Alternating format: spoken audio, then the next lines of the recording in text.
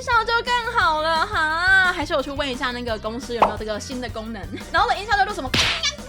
你们试想一下，如果这个音效是你们去台中刷这个，你们回得来吗？我们家的农民会不会被剪？这音效太过社死，真正社死是什么？来。A few moments later， 他在看 A 片，拿着悠游卡的这个人，他在偷偷看 A 片。残酷2选1，你们要按8还是 A 片？残酷2选1，你们要选哪一个？